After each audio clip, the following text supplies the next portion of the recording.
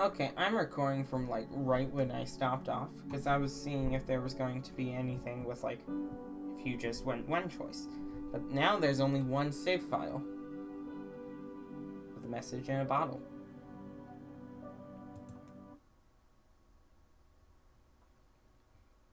Hey, it's me again. Don't worry, not that crazy fucking godhead version of myself you just saw. Me incinerate with brain fire, or whatever it was I did there. It's the real me this time. Jen, I can understand what you're going for here. Or maybe you aren't. Maybe you just stumbled on the save file by accident. All I can say is what I'd be trying here if I were you. See, I used to be a pretty big time gamer. For the sake of completionism, I'd want to set up a save file right before my final dream, so I could proceed to spam the hell out of all the possible sword crown combos to see if I could get a different ending. I also used to do a lot of coding. There were, 5 binary sword crown choices in a row? So if I were in your shoes, I'd know right away that's 32 possible permutations to try out. Sounds like a huge pain in the ass, but if you're a true gamer like I was, you gotta do it, right? Thing is, given how much you were just trying to mess with me, I'm not even sure if you deserve this courtesy. But since I ran away, I've been trying to do things differently. Not hang on to stupid grudges so much, you know? So, in the spirit of rising above our petty grievances, I figured I'd do you a solid by deleting all your save files. And leaving a note here, letting you know not to bother with all that. No matter what pattern of choices you make, they always lead to the same ending. That's 'cause it was always my choice to make, not yours. And I was always gonna choose the sword regardless of what hoops you tried to make me jump through. For all that's been made of free will and the significance of my choices versus yours, the funny thing is, I don't think it was ever much of a choice for me at all. I honestly think the path I chose was the only one I was even capable of. I love her too much to even think about leaving her again. Maybe I owe you a proper letter, as long as I'm going to the trouble of rolling up this note, shoving it in a bottle, and lobbing it in the ocean. Hard to say where it ended up. I guess that's wherever you happen to be right now. But then, I'm sure all the shores look the same to a bottle that's been adrift for a long time. And, in a sense, all shores pretty much are the same, aren't they? They're just the places where the ocean finally decides to leave the dirt alone and benevolently allows us a little space to walk about. It's always made me happy to think about the ocean. Puts me in a good mood. So, in keeping with these good vibes, why don't we stretch out a little here? Give my final thoughts more breathing room. Hang on. I'm going to do the thing where we hop over to the left side of the screen so I can put more words down at once. Maybe you're wondering how long it's been since that final dream I had. There's no reason to get too precise about it. Let's just say it's been years. Long enough for me to settle down a little more, reflect on what that was all about, and finally get around to writing you this letter. If I did this any sooner, maybe there are a few things I'd be too proud to admit. So I'm glad I waited. Too proud to admit what? Okay, here's one. For a few years after I got here, I felt pretty guilty about destroying America. It felt crazy for me to think that, after all my big talk, and the guilt certainly had nothing to do with changing my mind in regards to the issues I had with my old country. It's just that making a big mess and leaving a bunch of people to kill each other has a way of haunting you for a while. I checked up on the news pretty often at first. Sometimes I even cried when I read about it. But slowly, I stopped checking it as much. Felt less guilty, little by little. Eventually, I lost interest in checking on it at all. I haven't read a story about the place formerly known as America in years, except to glance at a stray headline here and there. It has the exact Same feeling I used to have as an American when I would catch a headline at some other foreign country where crazy shit was going on. Like, not my business, too. Like, not my business. Too complicated. Spelling names and unfamiliar... I'm unfamiliar with and political parameters that escape my ability to keep up with long ago. In the end, America is just another big landmass, like all the others around the world. It's the same shape as it ever was, covered mostly by the same people who were there when I left. And I'm sure they're all trying to get by in much the same ways as they always were. The only thing that really changed is I erased all the imaginary fucking lines that got drawn all over the continent by a bunch of completely deranged people a couple hundred years ago. Good riddance to fake shit. So I get a funny feeling when I look at maps now. They're worthless now because nobody can update them fast enough in this global political climate. Well, watching Google Maps go through its various contortions over the years has been hilarious, actually. I've kind of adapted by imposing, like, blind blindness on myself. Look at the continental US and I just ignore whatever lines the cartographers are peddling these days, and I focus on the shape of the water hugging the land. Same spot as it ever was, and it's sort of comforting in that sense. There's that funny looking hook shape that makes up Cape Cod. Below you have the decapitated dragon. That's how I used to see it when I was a kid. Martha's Vineyard is a dragon head. You can see if you can see if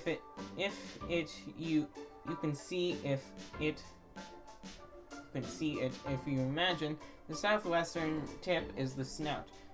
Then it's stumpy little bodies in Nantucket. Even when I was on the island acting like a warlord, glancing at a map would always make me laugh for this reason. There's the dead dragon again. Well, there was this crazy character who used to manipulate her stuffed dragon.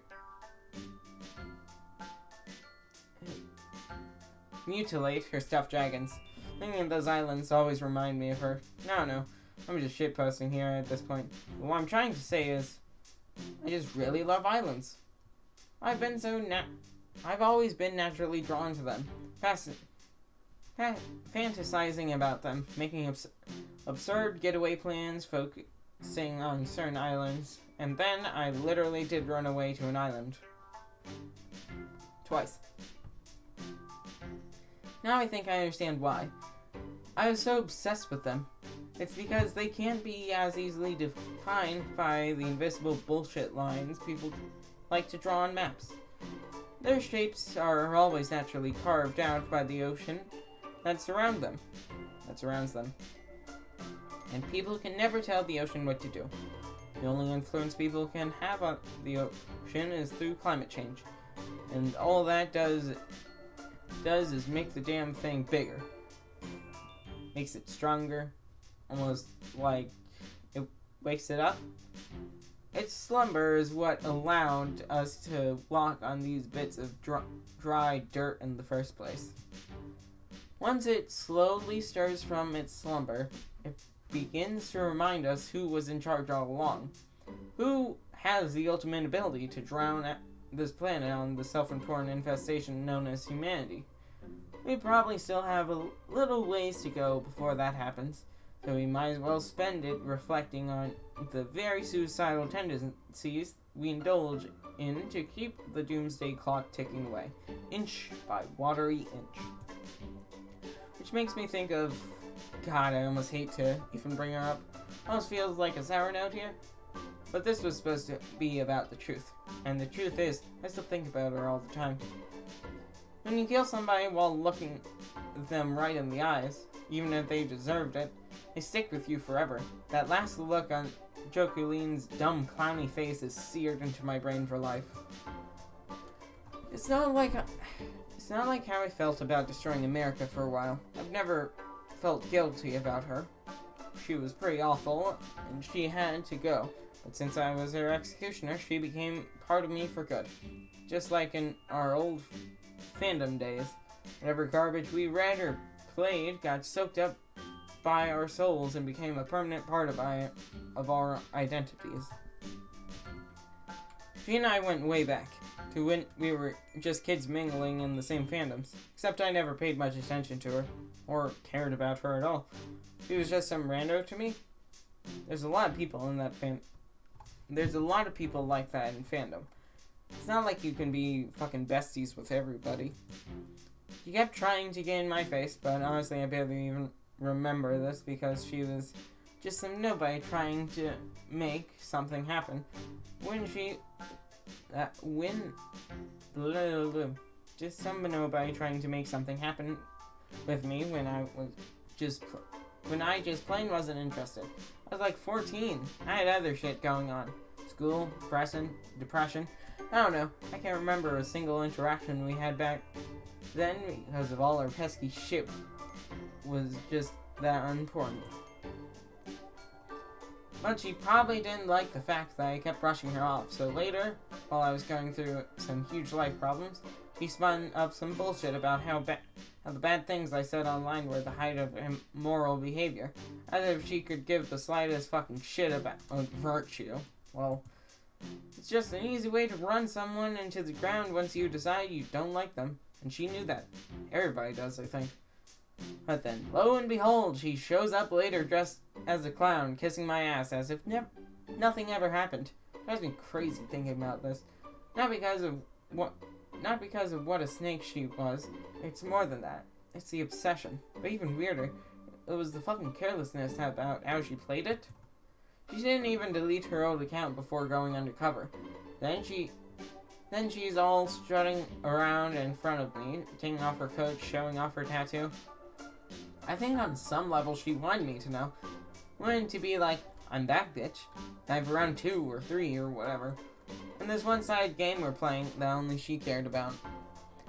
Actually, it's the only thing about this that makes me feel kind of sad about her. About that posturing and conniving. I think the only explanation is she just liked me the whole time and just wanted me to notice her. Or maybe more like hate-liked me?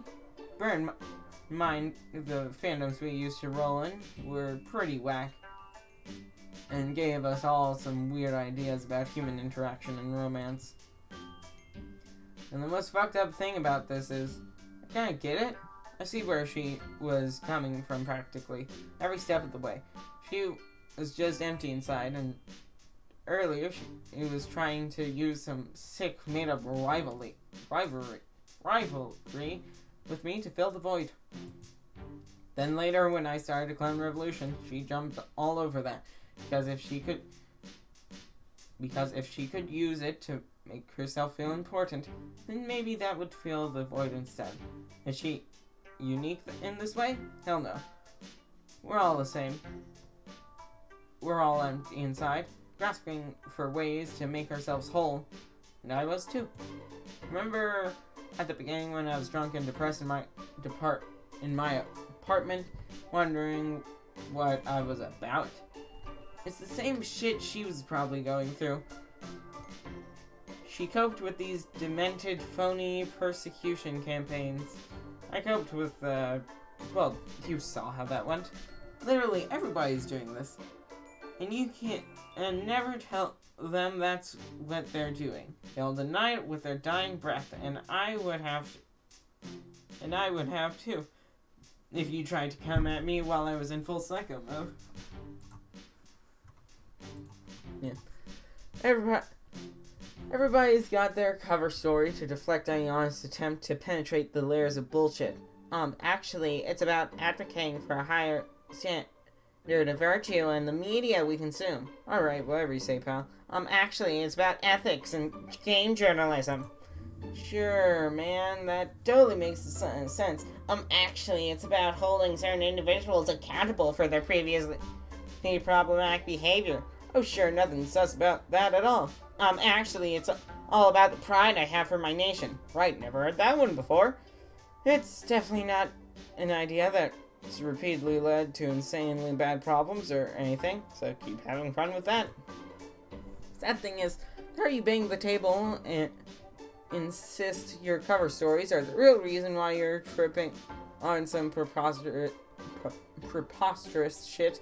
The flimsier they appear to everyone watching.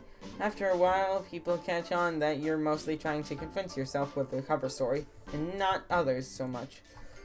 You've just got so much invested in believing you brought into all this shit for the reasons you're saying you are. And not for the sake of filling the void inside you. Because if you were forced to admit that, the void will open right back up. And there it is again. All the pain and existential misery. Can't let that happen, right? So sometimes we even aid and abet each other in keeping our mutual bullshit cycles spinning. Like a sick kind of treaty. You don't call my bullshit if I don't call yours. Because then where would we be? Are you nodding along with all this very wisely? Well, I should hope the fuck so, because it's all true shit. But maybe you're then wondering, okay, sounds cool and all, Jen, but what's the actual answer? How could you put a stop to this? How do you kill your own cover stories and fill the void with something better? I'm not that good at coming up with solutions. It's more like my skill is identifying problems and then destroying them utterly. Like what I did to America. But was that a solution? No, probably not. So I can say a few things that might fuck you up forever. But don't hold your breath waiting for me to give you that. But don't hold your breath waiting for me to give you the one neat trick that finally unfucks your Humpty Dumpty ass back together again. Here's a cheap answer I could give you. It's love. Love will pull you out of that pit of despair and fill the hole in your soul for good. It's really tempting to believe that, especially since I guess that's pretty much what happened to me. That's just me, though. And it would be stupid to take the lessons from the insane shit I just went through and try to broadly apply them to somebody I know nothing about. It's also just wrong. I could sit here from the comfort of this Fijian paradise and tell you, if only you get out there and find that perfect waifu, you'll finally be healed. But then I'd just be setting you up to chase something else, and you probably won't find it right away, or maybe never at all. Then you might feel bitter and angry about that. Take it out on whichever poor fool you were chasing, and sink right back behind another fucking cover story that's even worse than the one you started with. So this can't be about chasing somebody. In fact, investing yourself in chasing anything kind of sucks. And just amounts to the same blind alley, whether it's a person or an ideological or some other vague shit. So that's a no on love? Well, not quite. It's a no and a yes, but I had to drop the no part first because that was important. But to get the yes part, you need to understand where I'm coming from. It's way too simple to say Abby swooped in and her love and support healed me completely. That's not what I mean. Think of it this way. Imagine you filled the void in your soul with whatever brand of horseshit someone hooked you on. Or you hooked yourself on. And you're in the abyss. You're miserable. You don't even realize attacking people obsessed with pointless crap. Regurgitating the same talking points forever. Sinking deeper into this fucked up place every day. It's not good for you, but you just can't see it. Now imagine there's someone nearby. Maybe you just met, or maybe they've always been there. They're just smiling at you but you became blind to their smile. You took it for granted because it was always just there. They can see what you're putting yourself through, but you can't.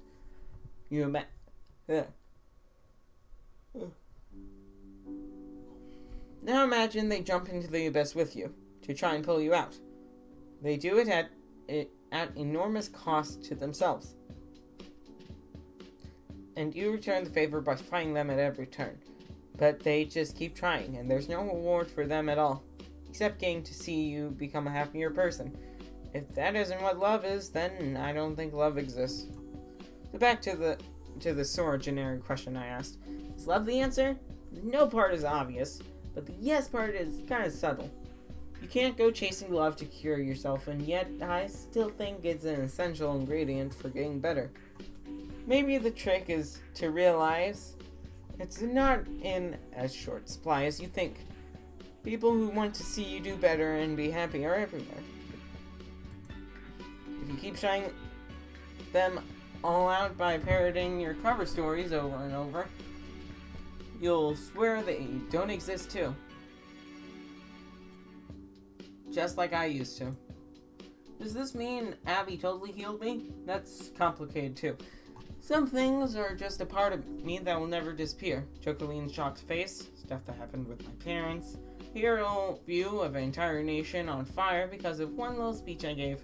So I'll never be healed. That's just the wrong word. Mainly, it just feels so good that somebody cares about me this much.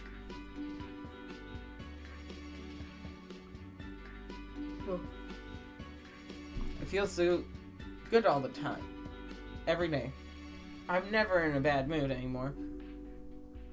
It's kind of crazy. Sometimes I wonder if someone like me even deserves to feel this good.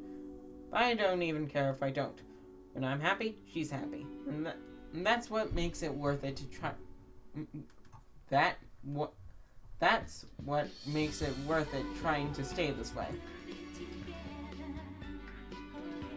For the first few years we lived here, every night I could swear I saw a sword in the sky. You know, like a low constellation of stars shaped like a sword, going right down at me. It bugged me, always made me think of the choice I made. But after a while, I'd look up at the same part of the sky, and I couldn't see it anymore. I'd strained to see it, but it just wasn't there. It's not like the stars disappeared or anything, or rearranged themselves. It was more like my mind couldn't bring itself to do whatever it was doing to trick me into seeing it. Then, kind of like the illusion of America itself, I started forgetting I could ever see it at all. So when my godhead dream self was ranting all menacing about choosing the sword, like, ooh, watch out for being happy because it might come back to haunt you. Well, that's a load of shit. What's going to happen to me? I'm going to die? Of course I'm going to die. I'll die of old age or some other shit. Before that. Which is the reality everybody lives with. It doesn't matter. I made the right choice, and I'm not scared of anything as long as I'm with her.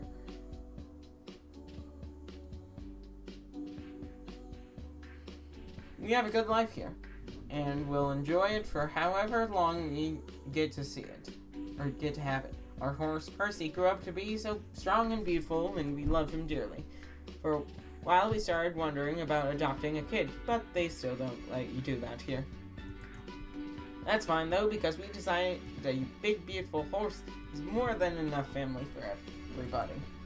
I'm gonna get going now. It's been fun, in sort of a lopsided way. You could see me, but I couldn't see you. You got to obsess over me. Got to fuck with my head by trying to insist your decisions in my life are somehow better than mine. For my life are better than mine somehow. I'm not mad at all though, and honestly, I appreciate all the simping you've done. I'm very impressed. But it's my final wish for you that the moment I disappear from your life, you'll begin to realize that once I'm gone, the only person left to impress will be yourself. Peace. Get this emoji. Jen.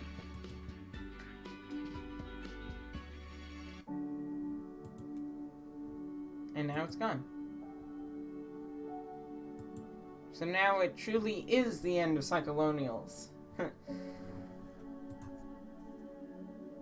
If you haven't checked out the other episodes, what the fuck are you doing here, man? You just kind of spoiled the ending for yourself, and you know what to expect. Kidding. But that'll be all for this time. If you liked the video, like it. If you want to see more of my content, subscribe. And have a good day.